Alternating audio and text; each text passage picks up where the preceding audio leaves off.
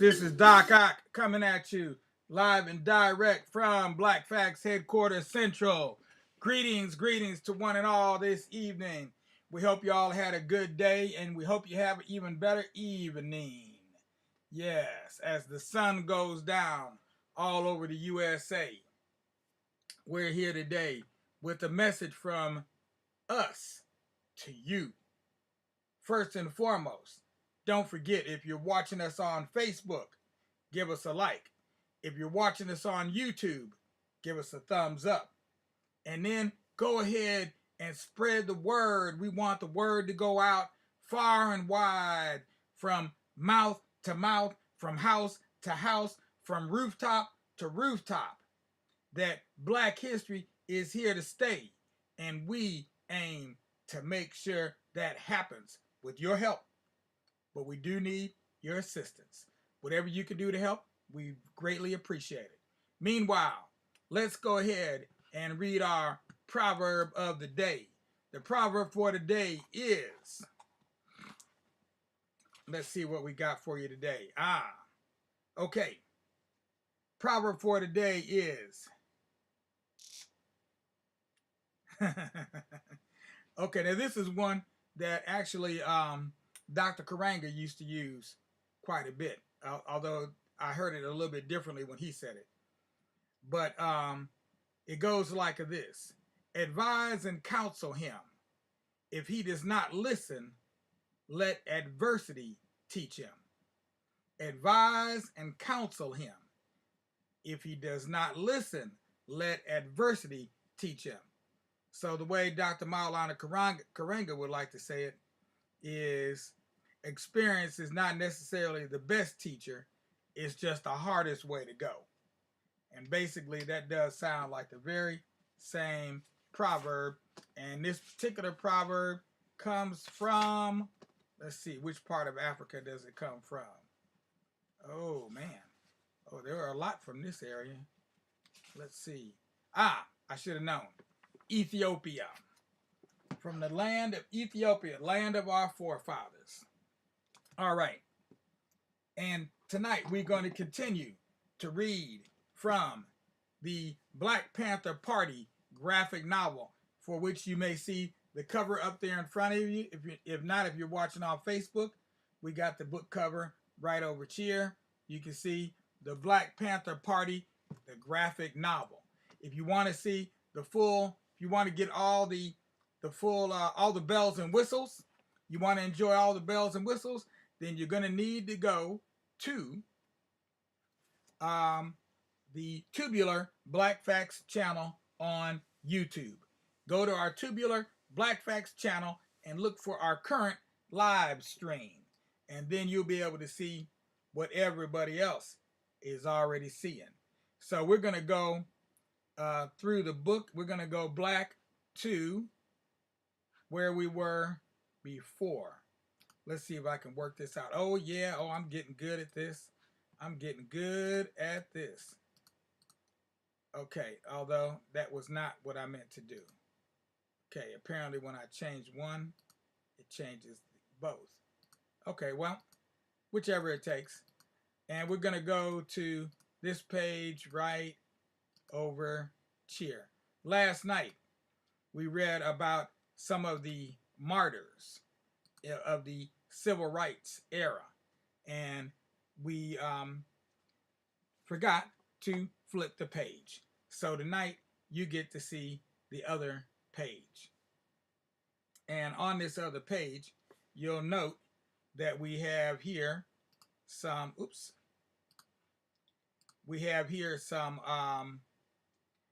pictures of some of those martyrs. We read last night about the first 8 at the very top of the page. Tonight we're going to read about the second 8. William Lewis Moore, 35, passed away was murdered, April 23rd, 1963. Virgil Lamar Ware, murdered up at 13 years old. He was murdered September 15, 1963. Lewis Allen, murdered at the age of 44, January 31st, 1964. Johnny Mae Chapel, one of the few women, murdered at 35 years old, March 23rd, 1964. Reverend Bruce Clunder, murdered at the age of 26, April 7th, 1964.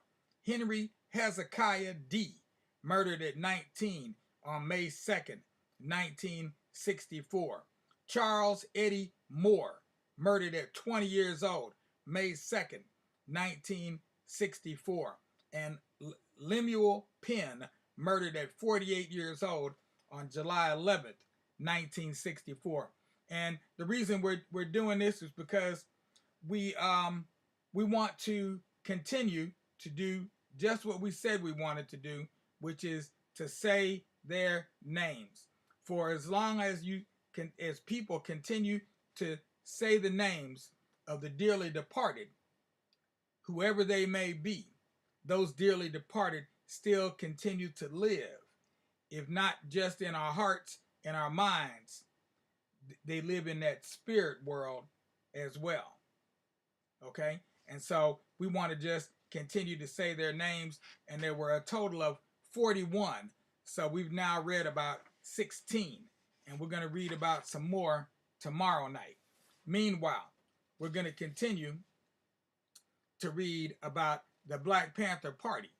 Now, we talked about how the Black Panther Party started with it actually, the idea for the Black Panther Party came out of the South.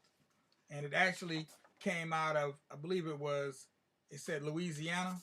Yeah, came out of Louisiana. We were talking about the forming of the Black Armed Guard. Oh, excuse me, not Louisiana, out of North Carolina, which is an organization dedicated to protecting civil rights activists against racist attacks. And that was organized by a man by the name of Robert Williams, who actually went toe-to-toe with the KKK until he finally had to leave the country and headed for Cuba, where he's been at ever since. I believe he's still around. But you can read more about him in his book, Negroes with Guns. So we continue to read more about these types of organizations and what kind of organization they were doing down there in the southern states, along with the voting rights activists. Because it was, if not for some of these other organizations, the voting rights activists would have been slaughtered, I believe would be about the best word to describe it. Another organization was formed in November 1964. It was called the Deacons for Defense. That one was organized in Jonesboro, Louisiana. And one of those organizations, I believe it was the Deacons for Defense, used the symbol, the Black Panther. And that symbol was used as part of the voting rights initiative, because they knew a lot of the people could not read nor write. So when they went to the polls, they only had to put an X next to the name of the person they wanted to vote for. But how were they going to know who to vote for if they themselves could actually not read? So the way that they solved that problem, same thing they did with white folks, they put a symbol next to the person's name. And the symbol that they were using at this time was the Black Panther. So we're going to go ahead and read. Did we already read about this? Yeah, well, we're going to start right here. The Student Nonviolent Coordinating Committee, otherwise known as SNCC, formed in 1960. It grew out of several successful sit-ins protesting segregation in department stores in North Carolina and Tennessee. It was comprised mostly of college-age members. SNCC, as it was called, let me fix this thing here again. It keeps doing this. I don't know why it does that for me. It doesn't want to go away. Get out of there. Okay, well maybe they'll just go away after a while on its own. We'll see. Um, it was comprised mostly of college-age members, and SNCC actually worked with other organizations like the NAACP and the SCLC. So they worked together with other organizations as well. However, SNCC's evolving ideology set it apart from other organizations that were more, shall we say, conservative. SNCC members were crucial participants in many of the most important civil rights campaigns, including the Freedom Rides of 1961, the March on Washington in 63, the Freedom Summer of 64, and the Selma to Montgomery marches of 1965. Okay, now this thing wants to start acting up on me. Let me see if I can get it to act right. Okay, now. Maybe it'll act right now. Okay, there it goes. All right. Stokely Carmichael was a key member of SNCC, and he had witnessed many attacks on nonviolent protesters. Born in 1941, he was a younger man than many of the other civil rights leaders, less patient and increasingly skeptical of the strategy of nonviolence. Yeah, apparently Stokely got tired of getting his head busted and began to become quite vocal about that. Members of SNCC went to Lowndes County, Alabama, to help with voter registration in 1965, also known as Bloody Lowndes. The county was 80% black, but the KKK denied voting rights to black citizens through intimidation and violence. The threat of violence from the KKK was constant in Lowndes County. As a result, most of the black residents carried guns for protection, which was in direct contradiction to the nonviolent stance of SNCC and other major civil rights organizations. It was in Lowndes County that Stokely Carmichael and other members of SNCC began to reconsider their position on nonviolence.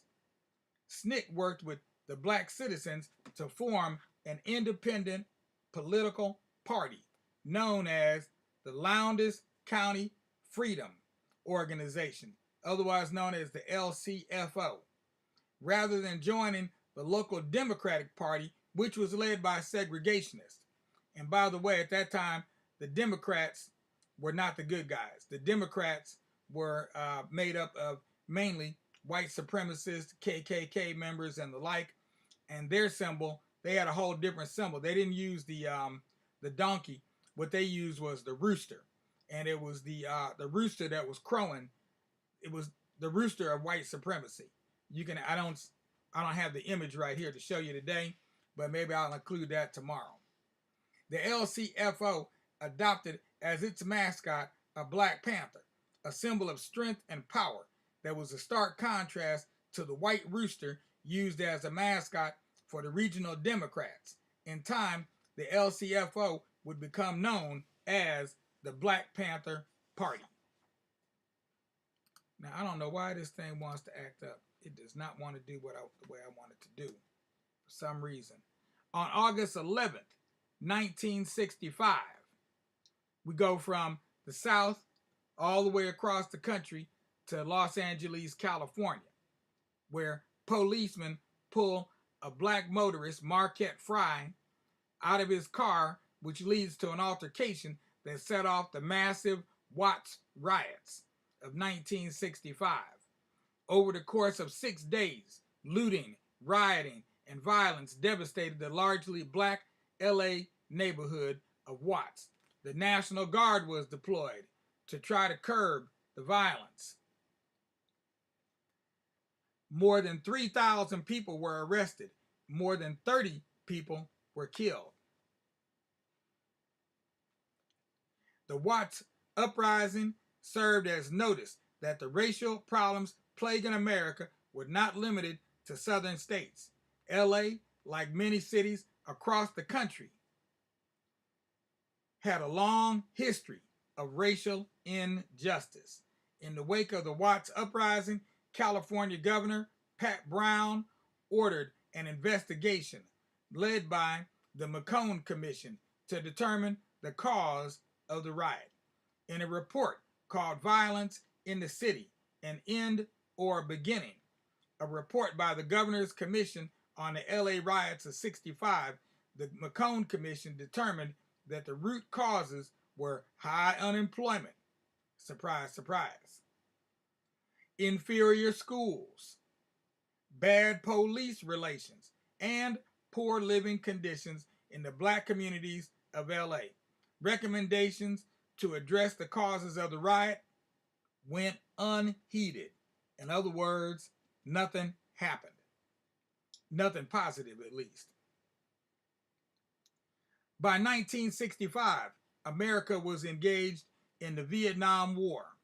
The U.S. military was no longer segregated, and more black soldiers served in Vietnam than any other war in American history.